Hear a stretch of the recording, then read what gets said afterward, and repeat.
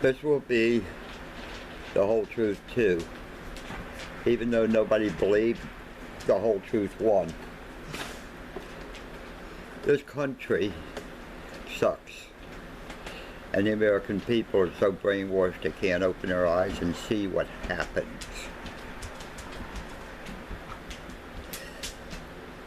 The county had no right to harass me. The state had no right to harass me. And the judges in 86, 87, 88, all the way through about 2015, had no right to rule the way they did. Total against the ruling hearings, thinking I was an idiot since I was pro se. How can they convict you of a crime when they know you're innocent? How can they falsify the charges against you when the alleged victim denies them? How can they not expunge my records, but shred them? And nobody knows what happened to all my records, from the Court of Appeals to the social service, to the police, to the state's attorney, to the court, to the state, to the judicial internet records. Gone, so I can't fight and nobody can see the railroad job they did to me. All because my sister said I was crazy. Even when Judge Fisher put me in jail for 5 days until my wife was able to harass him enough to get me out, the psychiatrist had talked to me for 5 straight days, almost the entire day, every day. Said I wasn't a drug addict, I wasn't an alcoholic. He doesn't believe I ever shot my gun in Vietnam, like I said. And I met a family for the first time in my life. I had a family when I met my wife the first day there. How can they keep putting your family through hell? How can they deny showing that they knew I was innocent? That's a Ritchie review. A Brady violation that they all covered up. Proving you're innocent doesn't get your conviction overturned in the state of Maryland or in the United States.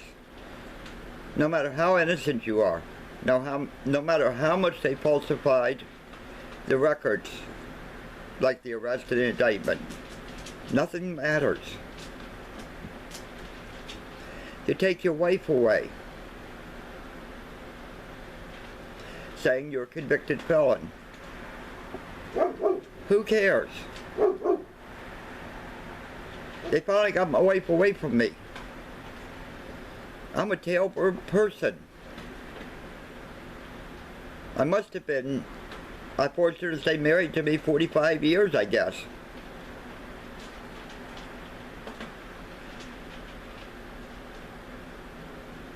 Lawsuit after lawsuit. Gilchrist and Forest Haven, John Hopkins, malpractice after malpractice, and then murder of my wife.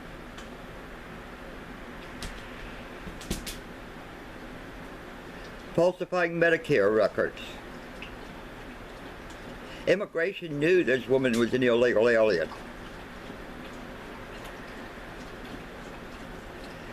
And let her become a citizen. They knew my brother-in-law and sister-in-law had committed welfare fraud and covered it up and let them become U.S. citizens. When I sued a lot of people in the late 80s, all of a sudden they all got free lawyers. But when I try to hire a lawyer, I've had 2 of them back in the past.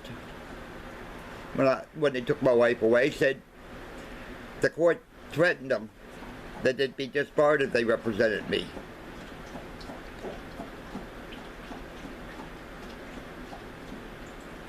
How can this happen in America? At the courthouse now, there's no place for me to really set up all my signs where people can stop and talk. They drive past at 50 miles an hour, even though it should be about a 20, 25 mile an hour speed limit past me. Not like the old courthouse where people stopped and talked to me all the time. 30 years I've been protesting at the courthouse. What have I accomplished? Absolutely nothing. These people got so much power and immunity that even the head clerk in February of 21 can go into court and commit perjury, and the judge covers it up. And the AG of Maryland covers it up. And Rain Roby, running for re-election, was sitting right there knowing she was committing perjury.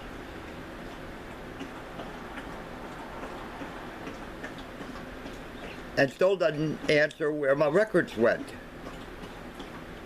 And we're going to re-elect him as the clerk of Howard County Circuit Court because he has no opposition whatsoever. He's automatically won the general election because nobody opposed him.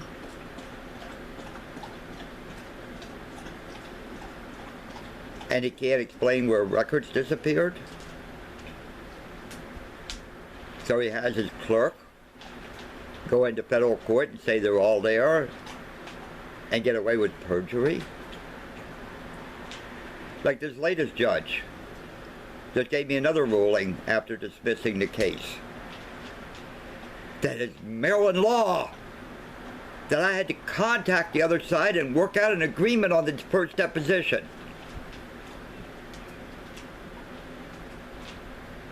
They're not liable for not showing up because I didn't work it out with them. It's my responsibility to work out and call them when I sent them a letter that they received 30 days before the deposition and got absolutely no response to it, except they didn't show up and it cost me $100 and some, and the judge says it was my responsibility to call them. What about them calling me to say they can't make it? Or put in an order of protection? Or any of the other legal channels? Just ignore the rules. Judge after judge. Opposing counsel after opposing counsel working for major law firms.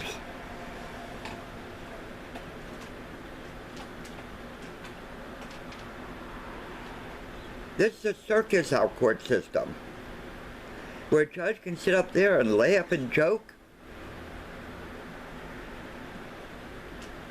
and stab you in the back and the gut at the same time.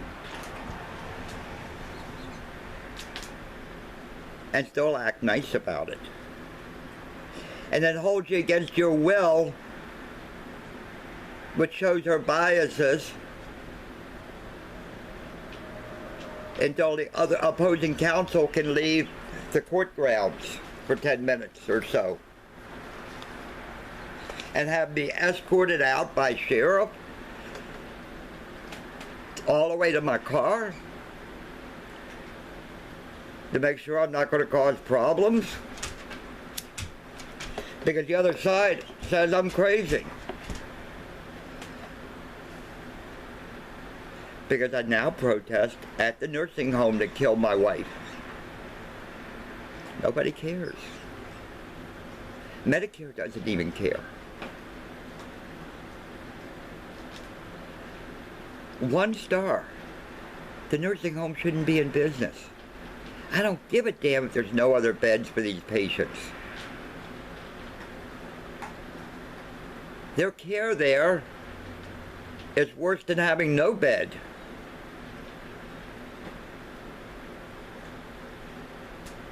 Our government doesn't care. Our public officials don't care. And most of them are corrupt as the day's long. But as long as they don't screw their fellow politicians, judges, prosecutors, police officers, etc., they're let to do it. It's only when they rock the swamp that the swamp rises up against them and kicks them out. Why is this?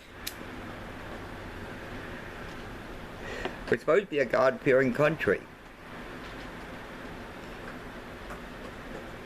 But even our government has screwed us.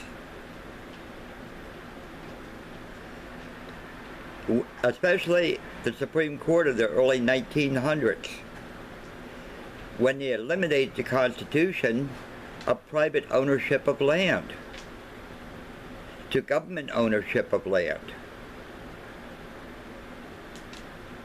Oh, you think you own your house, your business property?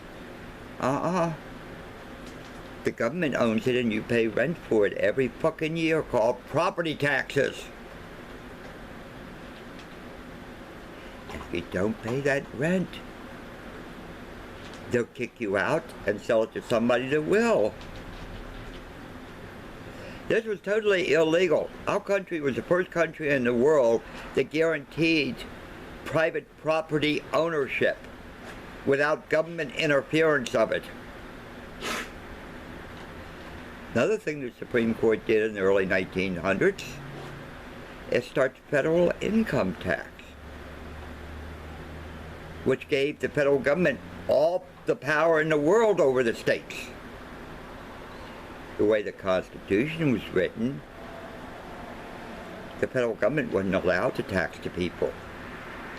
They taxed the states. The states gave them money to operate the federal government. So the states had control over the federal government as a group. If they wanted money, they had to listen to the states. The Supreme Court changed that to the federal government collects all the tax money and divvies it out to the states they like and holds it back from the states they don't like to control our union. Our government has got way too big, controls way too much stuff, but oversees nothing of corruption, crimes against especially poor people, by our corporate world.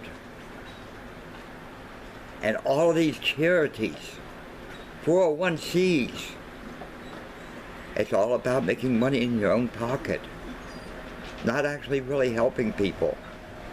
Yeah, a few dollars here, a few dollars there, but most of it goes for overhead, which is your payroll, and your buddy's payroll that sits on the board of directors.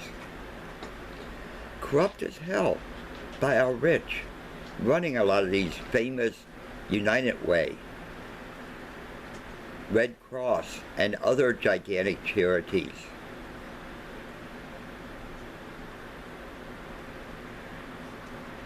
So, what can we do? I've been running for U.S. Congress, not wanting one penny from any of you. Trying to open your mind to fight, stand up and fight.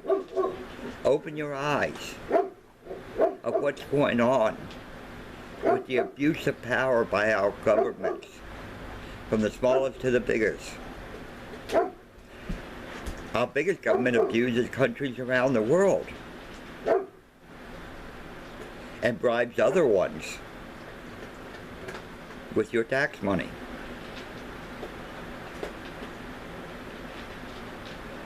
Is this right?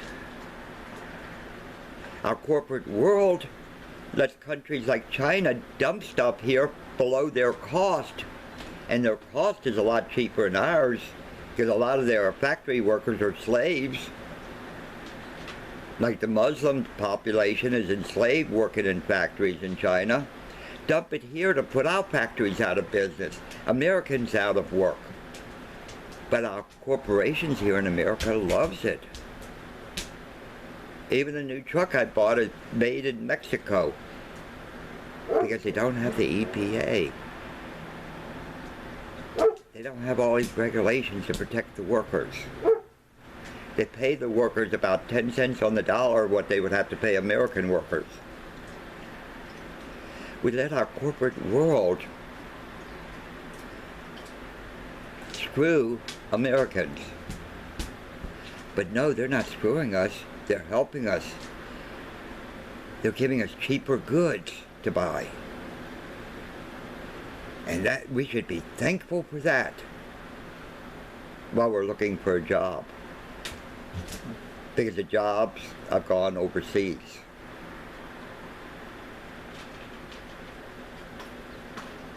We are self-sufficient in gas, oil. But some fringe psychiatrists, scientists, say we now have climate change. It's one thing after another my whole life to scare us and to raise money for the millionaires to get richer in their pockets. Like the vice president, major stockholder in a lot of solar companies, saying global warming, we have to go solar. How many billions of dollars did he make? While he's flying around his private jet, couldn't give a damn about global warming. But we're not going to be allowed to drive a car. Who owns lithium now? China owns most of the world's lithium. It destroys the earth by mining it. And then when it goes bad, and all of our stuff, there's no place to dump it that's safe. It's just like trying to get rid of nuclear waste. It kills all life. Solar panels do that too. But yet, we have to have it from climate change. Our government is so corrupt, and our people are so much like sheep. In fact, most of the world's people are like sheep. So we believe them. George Washington was an outrageous terrorist. He got about 2% of the people living in the New England states, the 13 original colonies, to say we have to throw England out of here. While 60 to 70% says, hell no. But like most people, they didn't open their eyes what England was doing to our country. And they believed the propaganda the English people were putting in America out of how great it was to be a colony of England. With 1 or 2% of society, George Washington kicked the British out. And we became independent. And then dozens of these leaders got together to draw up a constitution, risking everything. A lot of them were murdered. A lot of them lost their wealth. A lot of them lost their families. But they were determined. They gave their lives for our Constitution and our Bill of Rights and a new way of life in the world, of being free, totally owning your land, limiting government controls over you. But all you idiots keep supporting legislation that keeps taking our rights away. Yeah, we have to check to make sure the guy isn't mentally ill before he buys a gun.